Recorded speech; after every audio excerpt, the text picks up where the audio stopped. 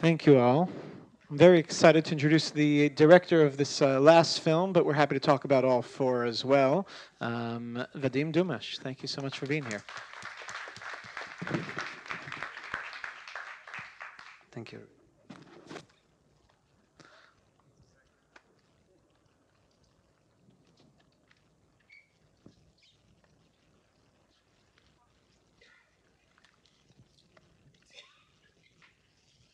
Hi, Vadim.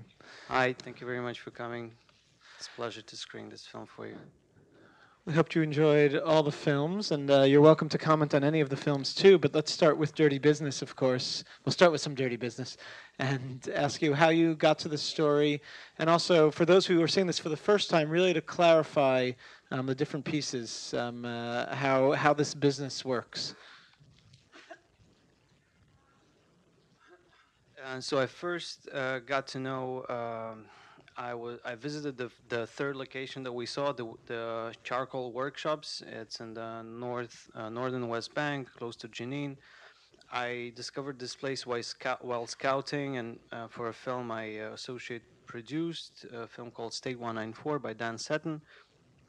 uh, in the end, this film dealt a lot about Palestinian and Israeli economics as well, but it was more about Palestinian statehood, and nothing came out of this. It didn't make it to the film, but this place sort of stayed with me as a very strong visual metaphor of something toxic and unsustainable. And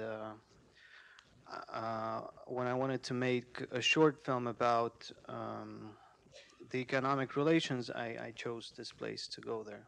And then I discovered that actually it's only a part of a chain. So So you trace back the chain and where it all comes from, and yes, first I had the intuition of how it works. When I visited this place repeatedly, I kind of understood how it works because I have background in economics, and I sort of realized that, well, they probably buying the trees from Israel, and they didn't really want to share in the beginning the information. But as I invested more and more, things started opening up, and then we looked for characters along the chain. So because you actually see an actual chain, I mean, it's not the tree you see in the beginning, you see in the end on the barbecue, but these are, the stakeholders are it's that's the chain how it is. It's not, it's not edited. so they grow the trees in Israel, they cut them down in Israel, sell them to the Palestinian Authority, who turns them into coal, and then sells them back to Israel. Well, as you've seen from the truck driver scene, it's just smuggling. It's not, and the trees are not really sold. It's just a byproduct of Israeli Arabs or Palestinian subcontractors just cutting these trees down for the kibbutzim. And it's just easier to get rid of them because then you don't have to process them, because in Israel the law enforcement and the institutions are much stronger, and the environmental agencies will just not allow to dispose of the trees in such way. And have environmental organizations seen this film and commented, done anything? Am I very naive? No, they haven't. Actually, it's a good idea. Perhaps I should show it to them, but it's not. I mean, they are cooperating with the COGAT. I'm not sure how it with the civil administration, Israeli civil administration in West Bank, to get rid of these workshops, because they are very very toxic, and they are actually they're clouds of dark. They're just very toxic clouds that also go to Israel, to like coastal communities in Israel as well. We would like to take any questions or comments or thoughts or reflections for this film or any of the others.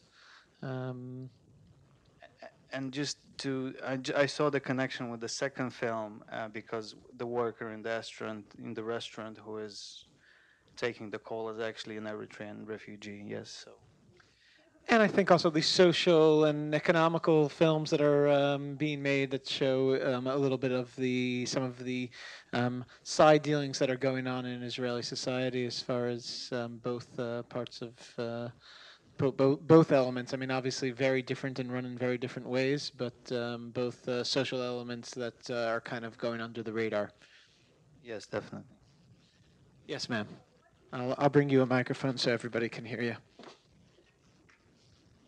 So, what became of the kibbutz that the trees came from?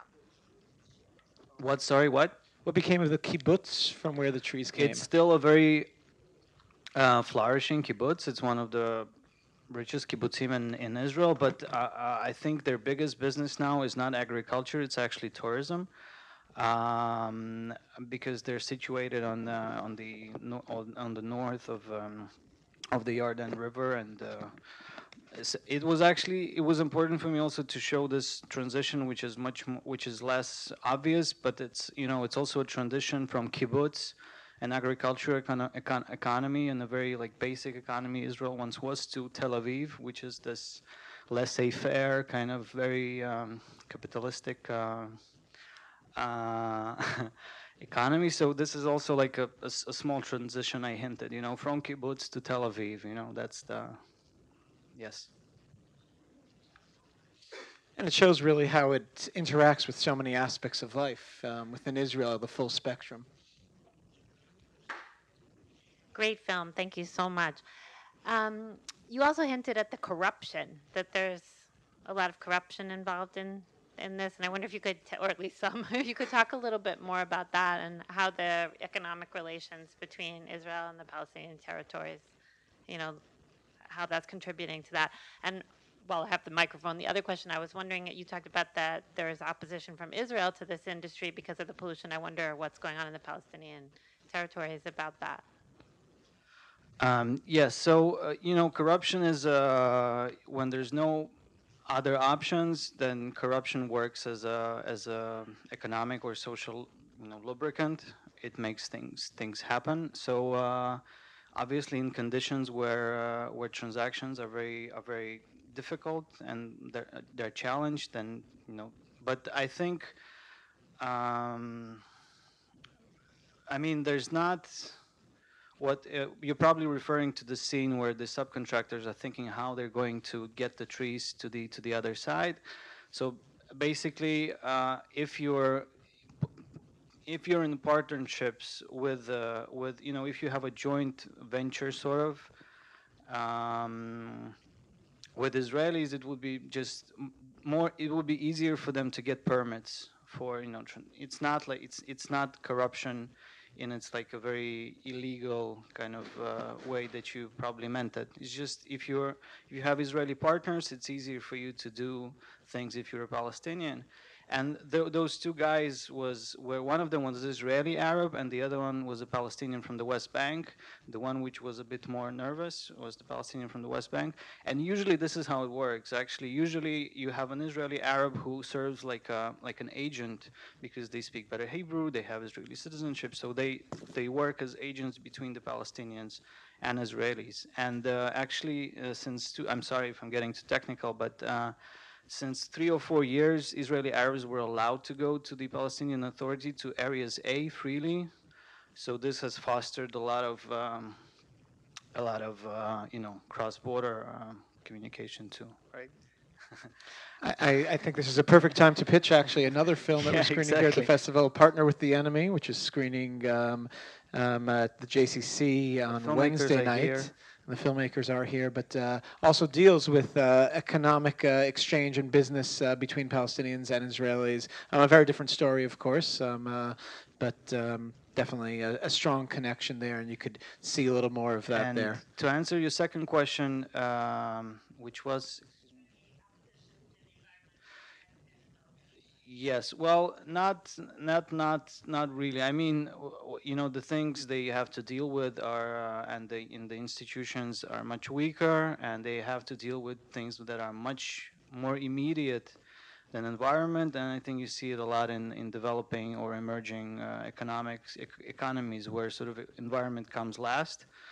But it also makes sense because just people have to, they're facing unemployment rates of, double digit unemployment rates of 20, 30%. And The public sector is non-existent. Everything goes on the public. No, the private sector is almost non-existent. Everything is burdened on the public sector, and it's basically done. Foreign aid, and it's an unsustainable economic situation for the West Bank. I have a question for you. It was a really nice film. Thank you.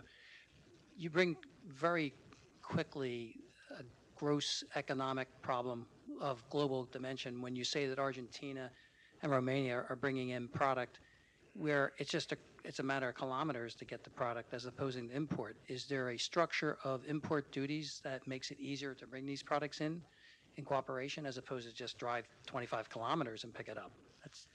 Well, thank you very much for your question. I'm glad you noticed that, because this part of the film is usually where I get very nervous when I screen the film, because I'm not so sure if the message gets to people, but I think it did, and it's really nice. Well, basically, yes. Well, in Israel, as I said, right now it's a very kind of laissez-faire free economy, so the tariff is basically zero. But so it's easy to get anything from anywhere from all over the world, and this is why the farmers are also suffering, because you've seen, they have to cut down the trees because they cannot sell the grapefruit because they have competition from Turkey and South Africa. But because of the accords that were signed in '94, the Palestinian economy has to adopt the same tax and tariff structure. So they're basically facing the same tariff, but their costs are much higher, right? Because they have very, very high costs because of the restrictions and the security restrictions. So yes, in the end of the day, they're priced of the market, and the only market they have is Israel, basically, but they're priced of this market as well, because for Israeli suppliers, it's just much more cheaper to get things from abroad than to just go down, a few miles and get it from the Palestinians. So it's a very stupid situation, because they could just be trading with each other, right? Another important implication of this is that the communities in Israel that would benefit the most from bilateral trade with Palestinians, which would be more developed bilateral trade with Palestinians, are actually the most marginalized communities. The communities in the peripheries, close to the border. It's like very simple people working in factories, drivers. So that's another thing I wanted to show in this scene, that actually there are people in Israel that are disadvantaged that would greatly benefit from a better exchange. I didn't note at the beginning that in Vadim's bio, because I figured we'll focus on the film, I didn't realize that your bio actually will come in handy, and Vadim indeed does have a BSc from the Stockholm School of Economics, and it seems that the business background has paid off for you in your film career as well. Vadim, thank you for a beautiful film. Thank you very much. We hope you enjoyed all four films. I will note if our second film, Boys of Nitzana, if the topic of refugees in Israel is something that's close to your heart, we have a fabulous film called Musa, which is actually selling out, so get your tickets fast. It's playing here at the JCC on Monday night, and it's playing tonight at 5 p.m. You're not going to make it at Cinema Village. So definitely check it out here at the JCC. Yes.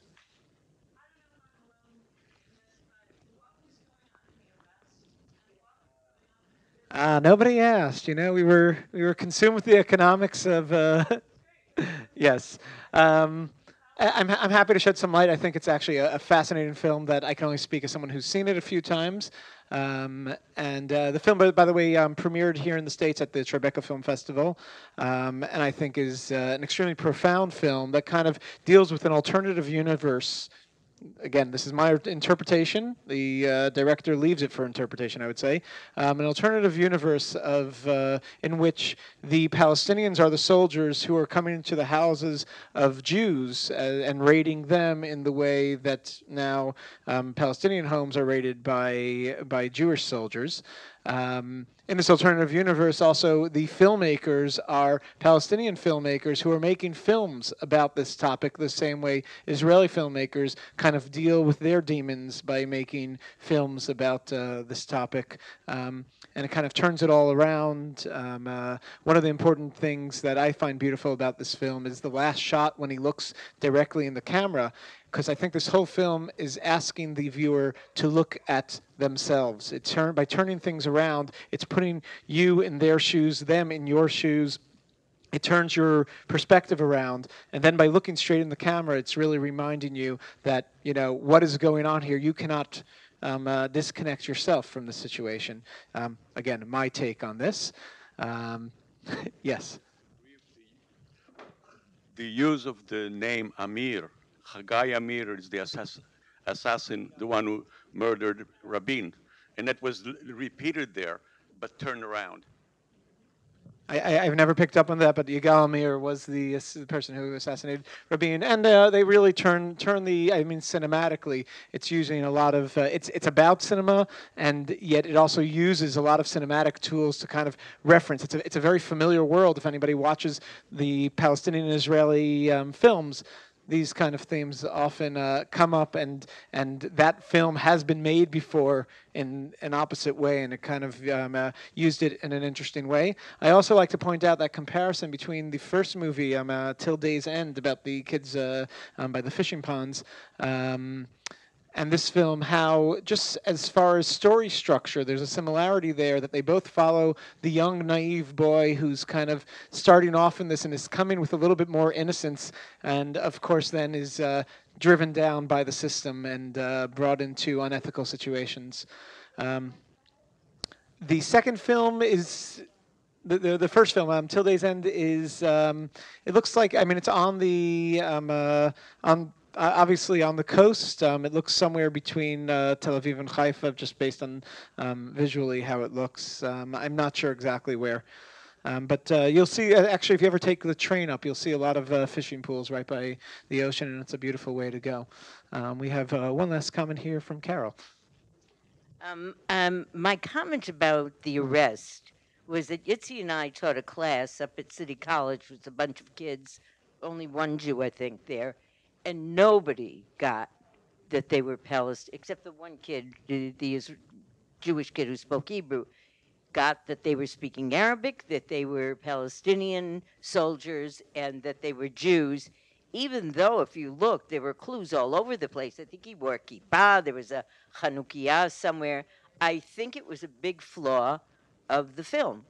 I think with very little effort, they could have said something indicating that they were an army of some sort, even Palestinian. There was a tiny word saying Arabic, but if you didn't pick it up, you wouldn't pick it up. And if you don't know Arabic and you don't see the difference, I think it's a very big deal, and it leaves people confused. And I think that the ending of it doesn't do a lot. And Yitzi and I are having an argument to this day about whether or not the filmmaker was in the army. I paid attention this time, and he said, what happened? His mother said, what happened to you when you were in the army in Ashdod? And then he corrects her.